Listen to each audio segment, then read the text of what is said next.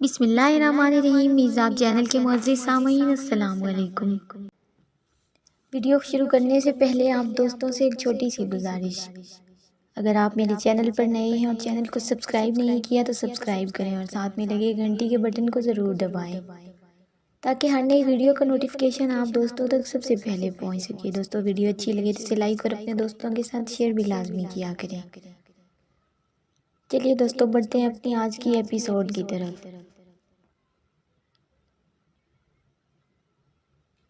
Baba know please वो खड़ा हुआ था, मगर जहांगीर साहब की गन से निकलने वाली गोली जाज़बा के दिल के हिस्से पर लगी थी और दूसरी उसके पेट में, वो वहीं गिरी थी। मगर सद्दाम शौक से जाज़बा को देख रहा था। जब जहांगीर साहब कुछ कहते कि पुलिस के सायरन की आवाज़ आई थी और वो जैसे होश में आए थे, मगर पुलिस फ़ौरन हर तरफ फैल गई थी। जबकि शम्स दौड़ा था उस कमरे की जानिब जहाँ वो सद्दाम की गोद में गिरी थी। उसका दुपट्टा अब भी सद्दाम के हाथों में था, जबकि जाज़बा का वजूद उसकी गोद में गिरा था। कांपते हुए उसने सिर्फ ये टूटे फूटे से लफ्ज़ अदा किए थे, मैं दरे इश्क पर थी, मैं शम्स से बहुत मोहब्बत करती हूँ, इतनी कि शायद मरते वक्त भी उन्हीं का नाम मेरी ज़बान पर है। मुझे मुझे माफ़ कर देना, तुम्हारे लिए मेरे पास कुछ नहीं है, मरते वक्त भी नहीं। सद्दाम, जाज़बा से बोलना मुश्किल हो रहा था। आंखों में आंसू थे, मगर सद्दाम तो फ्रीज था बिल्कुल सुन। जब शम्स को होश आया था, वो भागता हुआ सद्दाम की तरफ बढ़ा और जाज़बा के वजूद को अपनी गोद में उठाया था। वो बाहर की जानिब भागा, मगर जाज़बा के लफ्ज़ों ने उसे रुकने पर मजबूर कर दिया था। आप मुझसे मोहब्बत करते हैं ना? अब बोले शम्स, बस एक बार, वरना शायद मैं सुन ना पाऊँ। मरते वक्त मेरी ये ख्वाहिश पूरी कर दें, मुझसे इजहार कर दें ताकि मैं मर सकूं। शाइन प्लीज़, वक्त नहीं है। जाज़बा गहरे गहरे सांस लेने लगी थी और शम्स की आंखों से भी आंसू बहने लगे थे। मैं कुछ नहीं होने दूंगा ज़ेबी, प्लीज़ इस तरह नहीं बोलो, मैं जी नहीं पाऊंगा, प्लीज़, इल्तिजा की गई थी। मैं शम्स मलिक जाज़बा खानजादी से इश्क करता हूँ, इतना कि उसकी जान बसती है मुझ में।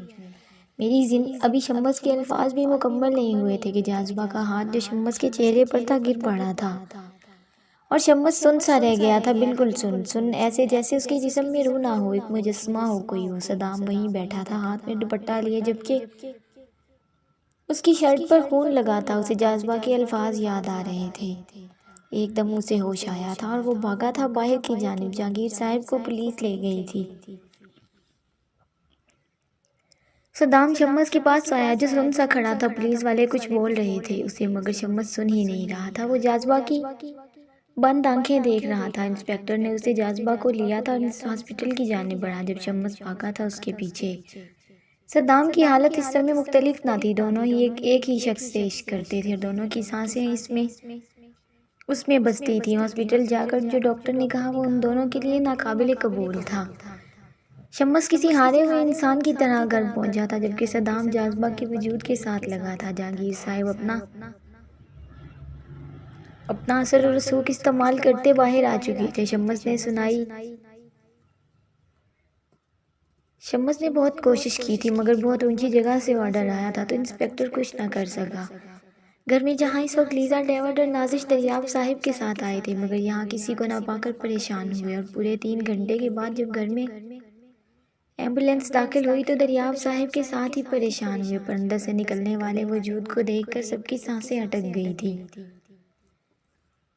सद्दाम शाह की गाड़ी उनके पीछे ही दाखिल हुई थी, जबकि शम्स मलिक भी जाज़बा के साथ था, ऐसे कि वो उसे खुद से दूर ही नहीं कर रहा था। सद्दाम जाज़बा के पास बैठ गया था और शम्स जाज़बा के वजूद को मोहब्बत से देखता रहा। दरियाब साहिब से कुछ कहा ही नहीं गया था। उन्हें इंस्पेक्टर ने सारी बात बता दी थी। वहीं सब सुनते कि दौलत के लिए जहांगीर साहब इतना गिर गए थे। दरियाब साहब तो इस कदर बूढ़े लग रहे थे जैसे अभी ख़त्म हो और उनकी सांसें भी ख़त्म होने वाली हों। शम्स मलिक कुछ देर के बाद हवेली से सभी आ गए थे, मगर शम्स की आंख से एक आंसू ना निकला। सद्दाम तो ऐसे बैठा था जैसे उसके जिस्म में रूह ही ना हो। डेविड ने उससे बात करना चाही, मगर सुन ही नहीं रहा था। वो खामोशी से बस जाज़बा के वजूद को देखता रहा। शम्स को जाज़बा की मोहब्बत याद आ रही थी, उसका इश्क याद आ रहा था। वो बैठा, तुम मुझे छोड़ गई हो ज़ेबी, तुमने भी सबकी तरह मेरा साथ छोड़ दिया। ये कहते उसकी आंख से एक आंसू, फिर 2 और जाने कितने आंसू निकले थे। वो रो दिया था, जाज़बा के वजूद को खुद से लगाए तड़प तड़प कर। दरियाब साहिब की आंखें सूख ही नहीं रही थी। फिर वो वक्त भी आया जब जाज़बा के वजूद को आखिरी सफ़र पर ले जाया गया था। शम्स खामोश हो गया था, मगर सद्दाम के वजूद में अब हरकत हुई थी। खबरदार, मेरी जेनी को किसी ने हाथ भी लगाया तो उसे जान से मार दूंगा, ख़त्म कर दूंगा मैं। वो अभी सो रही है, उठ जाएगी, समझो। दूर हटो तुम। सद्दाम ने शम्स को उससे दूर किया था, जो चारपाई उठाने लगा था। शम्स ने सर्द नज़रों से उसे देखा और उसे धक्का दिया था। निकल जाओ यहाँ से, समझे। तुम्हारी वजह से और तुम्हारे बाप की वजह से मेरी जेबी यहाँ नहीं रही, मुझसे दूर चली गई। तुम्हारा हसद खा गया है मेरी जेबी को। मीर सद्दाम शाह, दफ़ा हो जाओ, वो गुस्से से बोला था,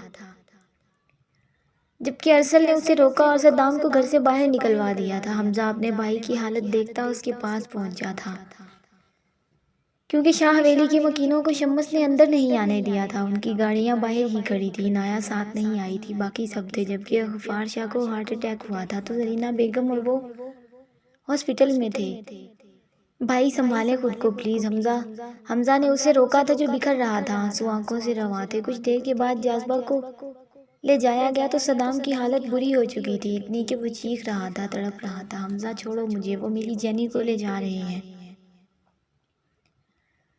मुझसे दूर प्लीज़। हमजा, वो ले जाएंगे, मैं मर जाऊंगा उसके बिना। वो तड़पता चीखता बलक बलक कर रो रहा था। एक मर्द बीच सड़क पर तड़प रहा था और अचानक ही वो झूल गया था हमजा के बाजुओं में। हमजा उसे लिए अस्पताल पहुंचा। आज 3 दिन हो चुके थे जाज़बा को उनके दरमियान से गए। शम्स बिल्कुल खामोश हो गया था, जबकि दरियाब साहिब की हालत दिन ब दिन खराब हो रही थी। आज शम्स को होश आया था, वो कैसे जाज़बा के डैड को भूल गया था। नाजिश, डेविड और लीजा सब इस वक्त दरियाब साहिब के पास थे। वो हर वक्त रोते रहते, अंकल जेबी को तकलीफ़ होगी आपके रोने से, वो मोहब्बत करती थी आपसे, प्लीज़ ना, खुद को तकलीफ़ ना लें। दरियाब साहिब उसके साथ मिलकर और रो दिए थे। शम्स भी अपना ज़ब्त खोता रोया था। उनकी तड़प लीजा, डेविड और नाजिश को भी रुला गई थी। वो अपने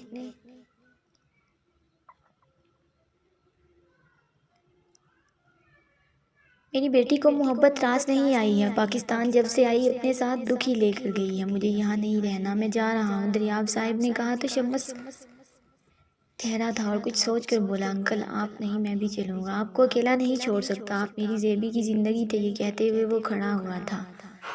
डेविड ने उसके कंधे पर हाथ रखा, जब पर वो एक नज़र देख कर चला गया था। मीर सद्दाम शाह का नर्वस ब्रेक डाउन हुआ था और आज 3 दिन के बाद वो होश में आया था। मगर होश आते ही उसे सब याद आया था। वो बिना किसी से मिले हॉस्पिटल से निकल गया। कहाँ गया ये कोई जान नहीं सका था। वो इस वक्त जाज़बा की कब्र पर बैठा था और फूलों को इसकी कब्र पर बखेरता खुद भी बिखर रहा था। मेरा हसद खा गया तुम्हें जेनी, मेरी जिद ने तुम्हें कितनी तकलीफ दी है। मैं जी नहीं पा रहा हूँ, ऐसा लगता है कि खुद को ख़त्म कर लूँ, मगर ये सांस ख़त्म नहीं होती। मैं जल रहा हूँ, मेरा दिल फट रहा है। वो जाने कितनी देर अपनी बातें करता अपने अंदर का हाल बताता रोता रहा था। जब शाम से रात हो गई और इस तरह वो बैठा रहा था, पर वो रात से सुबह में तब्दील हो गई। सद्दाम की आंखें सूज गई थी। वो 2 दिन से वहाँ बैठा था बिना कुछ खाए पिए, बस रोता रहा, इतना कि उससे सांस लेना मुश्किल हो रहा था। कुछ देर गुजरी तो शाम के साए फैलने लगे कि किसी ने उसके सामने पतली सी दाल और आधी रोटी रखी थी। सद्दाम ने चौंक कर अपने बराबर देखा, जहाँ कोई बूढ़ा शख्स बैठा था। वो गोरकन था, इस शहर खामोशा में कमरे बनाने वाला। क्या बात है बाबू, कौन है जो यहाँ जो 2 दिन से बिना कुछ खाए पिए बैठे हो? गोरकन के सवाल पर उसने एक नज़र कब्र को देखा था। इसमें मेरी ज़िंदगी, मेरा इश्क, मेरा जुनून और मेरी जिद है, जिसे मेरा हसद खा गया। सद्दाम के लफ्ज़ों पर वो चौंक गया था। क्या मतलब है बाबू? मैंने मार दिया, मेरी जेनी को ख़त्म कर दिया, वो मर गई है, इस जगह से चली गई हमेशा के लिए, सद्दाम ने रोते हुए कहा था। तो बेटा अब शर्मिंदा हो अपनी गलती पर? गोरकुन ने एक बार फिर सवाल किया। तो सद्दाम ने उसे खाली नज़रों से देखा था। बहुत पशेमान हूँ, एक बार जेनी वापस आए। आप बताएं कोई ऐसा अमल जिससे मेरी जेनी वापस आ जाए? सद्दाम ने अजीब से लहजे में कहा। शायद वो होश में नहीं था। अगर तुमने कत्ल किया है तो जाकर कबूल कर लो, देखना सुकून आ जाएगा। सद्दाम उसकी बात सुनकर सर हिला गया था। मगर पहले खाना खा लो, याद रखना आपने किए की सज़ा पाना बहुत मुश्किल होता है, ताकत की ज़रूरत भी होती है इसके लिए। इसने वो पतली दाल और आधी सूखी रोटी खाई और झुककर मिट्टी से ढकी कब्र पर अपने लब रखता खड़ा हो गया था।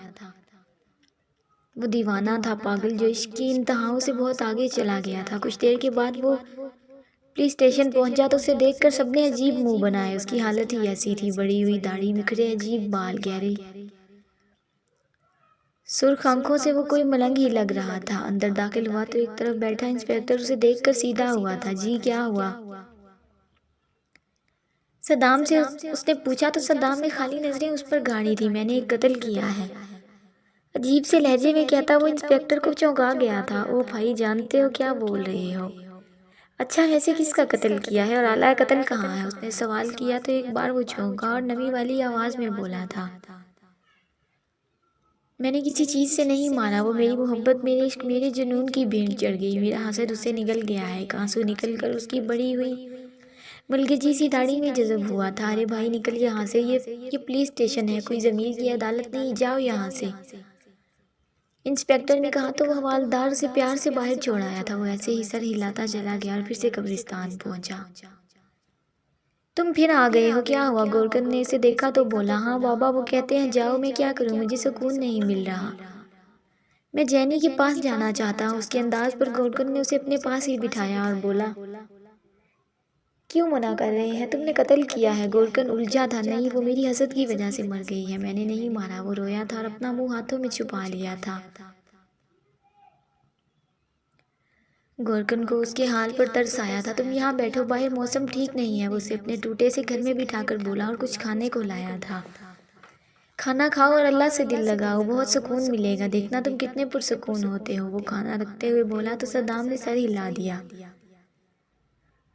और खाना खाया और फिर बाहर जाज़बा की कब्र पर चला गया। उसे 1 हफ्ता हो गया था जाज़बा के पास रहते हुए। अब्बू नमाज पढ़ता, दुआ में रोता और बस वो वहीं उस बूढ़े बाबा के पास रहता। उसे लगता था कि वो जाज़बा के पास ही है। शम्स जा चुका था दरियाब साहिब के साथ कनाडा, उनके साथ जाज़बा के कमरे में ही रहता। सबकी ज़िंदगी उनकी डगर पर वापस आ रही थी। शम्स ने भी खुद को बिजनेस में मसरूफ़ कर लिया था, मगर सद्दाम शाह टूट गया था। दिन ब दिन उसे अंदर से ख़त्म हो रहा था। शाह हवेली में सबने उसे बहुत ढूंढा, मगर किसी को अंदाज़ा नहीं था कि सद्दाम वही शहर खामोशा में बस गया है, जाज़बा के पास। 1 माह में सब हार चुके थे और सद्दाम शाह के सर में दर्द रहने लगा था, मगर वो ध्यान ना देता, बस जाज़बा से बातें करता। गोरकन को लगता था कि वो अपना ज़हनी तवाज़ुन खो रहा था। तुम चली गई जैनी, में बिखर गया। आज फिर वो रो दिया था जाज़बा से बातें करते कि अचानक उसके सर में शदीद दर्द हुआ था और नाक से खून आने लगा। जब उसने साफ किया तो खून देखकर मुस्कुराया। ये तो उसके बाद आ रहा था आजकल, मगर फिर से ये तो उसके बहुत आ रहा था आजकल, मगर फिर से सर का दर्द बढ़ा और वो जाज़बा की कब्र पर ही बेहोश हो गया था। कुछ देर के बाद गोरकन की नज़र जब गई तो वो उसे अस्पताल ले गया। ये वही अस्पताल था जहाँ हमजा होता। हमजा की नज़र स्ट्रेचर पर ले जाते सद्दाम की जानिब गई तो वो दौड़ा था। कान से भी खून निकल रहा था, जबकि नाक से भी खून बह रहा था। नब्ज़ बहुत स्लो चल रही थी। उसे ले जाया गया। हमजा सबको बता चुका था और सब यहाँ आ गए थे। उसे गोरकन ने सब बताया था। हमजा परेशान था। डॉक्टर बाहर आया तो उसके पास गया था। क्या हुआ भाई, कैसे हैं? हमजा संभालो, उनके दिमाग की नस फट गई है, इस वजह से उनके पास वक्त बहुत कम है, तुम मिल लो जाकर, हालत बहुत बुरी है उनकी। मैं कोई झूठी उम्मीद नहीं दिलाऊंगा, ये कहते वो चला गया। जब हमजा के साथ साथ सब अपनी जगह पर जम से गए थे। हमजा दौड़ता हुआ अंदर आया था। अशमा बेगम, इनाया सब रो रहे थे। इनाया को अंदाज़ा नहीं था कि इतनी मोहब्बत करता है वो जाज़बा से। भाई, हमजा ने बेचैनी से पूछा था।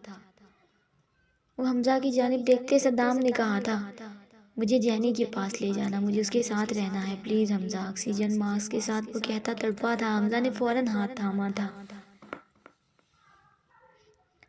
भाई प्लीज़, मेरे जाने के बाद सबका ख्याल रखना प्लीज़, और बाबा को कहना कि उनकी ये दौलत अपना ही बेट। आगे इससे बोला ही नहीं गया था। उसकी सांसें उखड़ने लगी थी, नाक से खून फिर से बहने लगा था। Oxygen mask. हमजा ने मशीन की जानिब देखा जहाँ इसकी धड़कन कम हो रही थी। भाई प्लीज़ भाई।